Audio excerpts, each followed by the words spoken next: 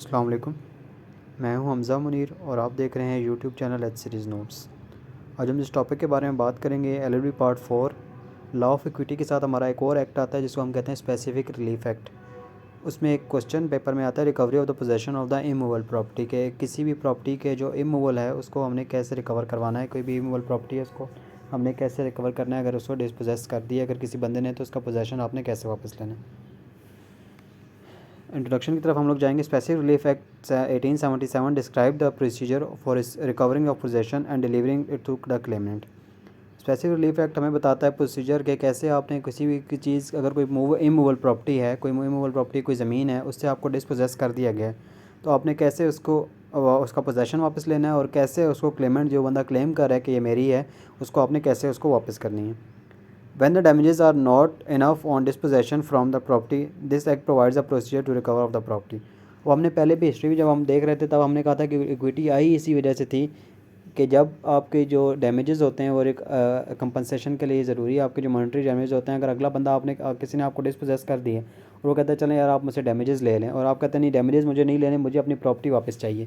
तो जब आपको प्रॉपर्टी वापस चाहिए होगी तो आपने ये वाला प्रोसीजर फॉलो करना है। Section 8 and section 9 deals with the recovery of the possession of immovable property. जो सेक्शन 8 और सेक्शन 9 है हमारा वो डील करता है इमूवेबल प्रॉपर्टी से, ठीक है। और सेक्शन जो 10 और 11 है वो हमारा डील करता है मूवेबल प्रॉपर्टी से। Procedure of recovery of the immovable property. अब इमूवेबल प्रॉपर्टी अगर आपने रिकवरी करनी है, ठीक है, उससे पोजेसन को रिकवर करना है तो उसके लिए दो तरीके हैं। एक जो हमारा सेक्शन 8 है वो बताता है कि जी रेगुलर प्रोसीजर जो एक रेगुलर प्रोसीजर है वो आपने फॉलो करना है। और एक जो सेक्शन 9 है वो कहता है जी आपने अगर लेनी है तो वो अपने समरी प्रोसीजर के थ्रू लेनी है। ये जो रेगुलर प्रोसीजर है एक लेंथी प्रोसीजर है, समरी प्रोसीजर थोड़ा सा कम है, लेंथी नहीं है इतना।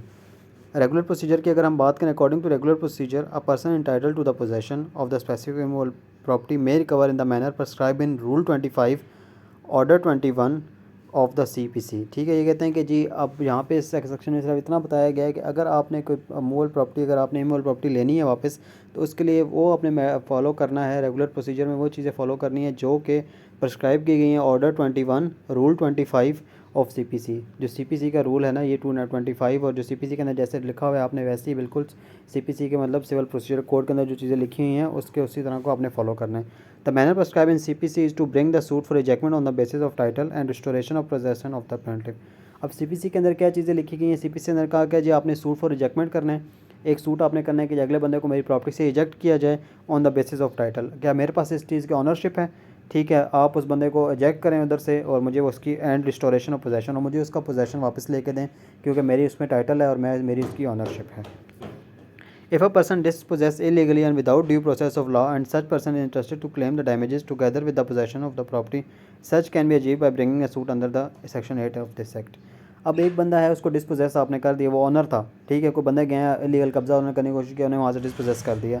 अब वो कोर्ट में जाके क्या कर सकता है, वो डैमेजेस भी ले सकता है, डैमेजेस के साथ वो पोजेसन भी ले सकता है। वो कहता है कि मुझे डैमेजेस भी दें, मेरी नुकसान भी हुआ है, जो मेरी लीगल की फ़ीस है वो भी मुझे दें, वो सारा जो मेरा है मेरे जो काउंसिल मैंने किया है जो मेरी सूट के पैसे लगे हैं वो भी मुझे दें और बकाया भी सारी चीज़ें जो मैं कोर्ट से मांगता हूँ तो मुझे उसकी पोजेसन भी दें। तो वो दोनों चीज़ें इकट्ठी ही मांग सकता है और वो सूट किसके अंदर लेके आएगा, सेक्शन 8 के अंदर वो सूट लेके आ सकता है।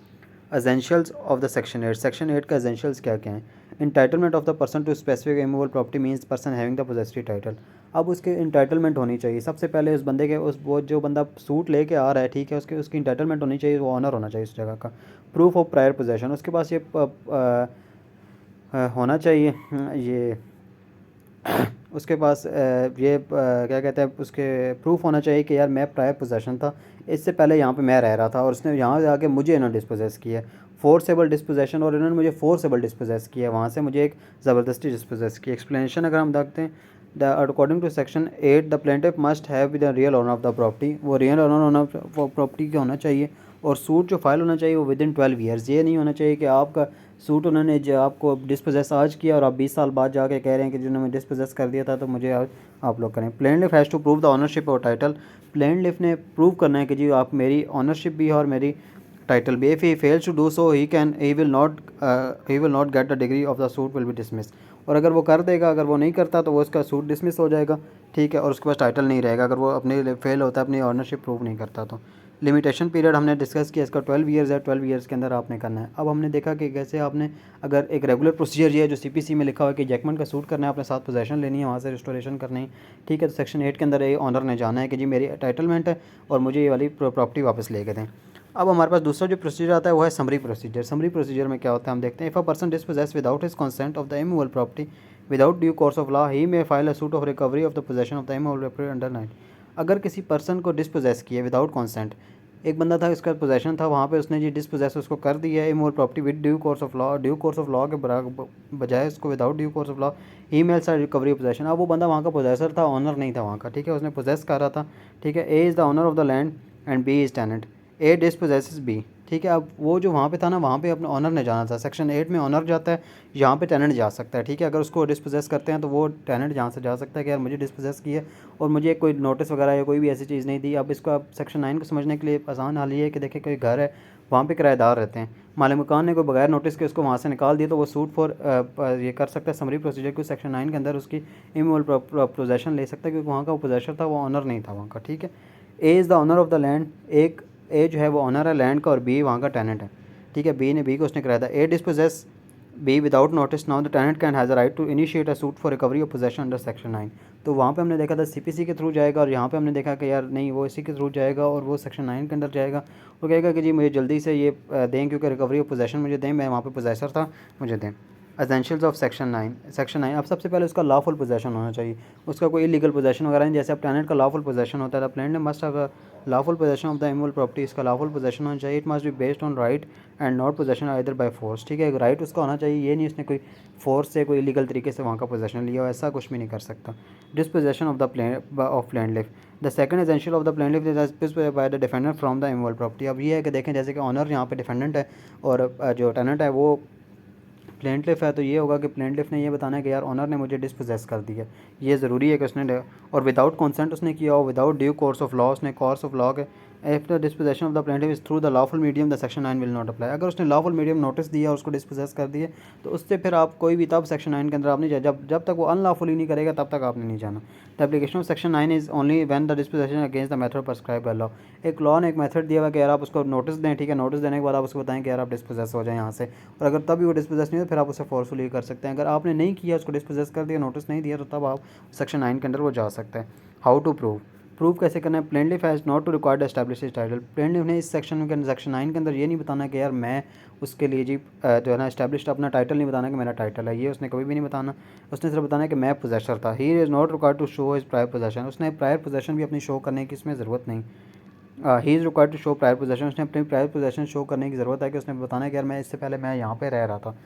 विद रॉन्गफुल डिस्पोजेशन, उसको जो रॉन्गफुली डिस्पोजेस किया गया है ये भी उसने प्रूव करना है। Object of section 9 to give remedy to the party illegally dispossess. उसको डिस्पोजेस करना है, जिसको डिस्पोजेस कर दिया गया है उसको रेमेडी देनी चाहिए। To discourage people from taking law into their own hands, और लोगों को कानून हाथ में लेने से गुरेज करने के लिए, उनको रोकने के लिए ये एक किया गया। लिमिटेशन अगर हम बात करें तो आपने 6 मंथ्स के अंदर इसका डेट ऑफ डिस्पोजेशन किया आपने। अब court file description of court under section 9 only decide the claim of possession, not decide the title, ठीक है। अब कोर्ट ने सिर्फ आपको डिस्पोजेशन करना है कि यार उसने डिस्पोजेस किया या नहीं किया, ये उसने कोर्ट ने नहीं कहना कि यार आपका टाइटल है या नहीं है, ये इस चीज़ को आपने नहीं करना। Court has decide to two things. Court ने दो चीज़ें डिसाइड करनी है। The plaintiff was possession and he was dispossess. Plaintiff possession में था और उसको डिस्पोजेस किया गया था, टाइटल था नहीं था, इस चीज़ का कोर्ट से कोई ताल्लुक नहीं है। The suit has been brought within 6 months, और उसने देखना है कि 6 महीने के अंदर सूट लेके आए, ठीक है जी, टाइटल कर सकते हैं। एक्सेप्शन टू एक्सेप्शन और सेक्शन 9 के क्या एक्सेप्शन है। No suit can be brought against government के अगेंस्ट आप कोई भी सूट नहीं ले सकते। No suit can be decree of court, किसी कोर्ट की डिग्री के खिलाफ आप नहीं लेके आ सकते। नो अपील और review lie against an order of restoration of possession. अगर किसी का रिस्टोरेशन ऑफ पोजेशन का हो गया तो वहाँ पे आपने अपील नहीं कर सकते उसको। फिर difference between section 8 and section 9। Section 8 और सेक्शन 9 में हमने क्या डिफरेंस है। सेक्शन 8 में हमने देखा था कि रेगुलर प्रोसीजर होता है, ठीक है, और यहाँ पे एक समरी प्रोसीजर होता है। वो एक लंबा प्रोसीजर है, एक और हल्का प्रोसीजर है। टाइटल अगर हम देखें, title need to prove in section 8। Section 8 के अंदर आपने टाइटल प्रूव करना है और टाइटल सेक्शन 9 के अंदर आपने सिर्फ पोजेशन प्रूव करनी है। लिमिटेशन अगर हम बात करें, सेक्शन 8 के अंदर लिमिटेशन पीरियड 12 ईयर्स है और उसके अंदर 6 मंथ्स है। रेमेडी अगर हम बात करें तो सेक्शन जो 8 है वो जनरल रेमेडी है, सबके खिलाफ है एक तरह की। और ये जो है ना क्विक रेमेडी है, वो जनरल रेमेडी एक टाइमली प्रोसेस है, और ये ज़रा क्विक रेमेडी है सेक्शन 9 वाली। Owner versus possessor, owner will go, owner जो होता है वो सेक्शन 8 के अंदर जाता है, और जो पोजेसर होता है वो सेक्शन 9 के अंदर जाता है। ठीक है, तो ये हमने देखा कि कैसे एक इमूवेबल प्रॉपर्टी को आपने डिस्पोजेस अगर आपको कर दिया गया तो उसके अपने पोजेसन कैसे रिकवर करवाना है। Thank you very much.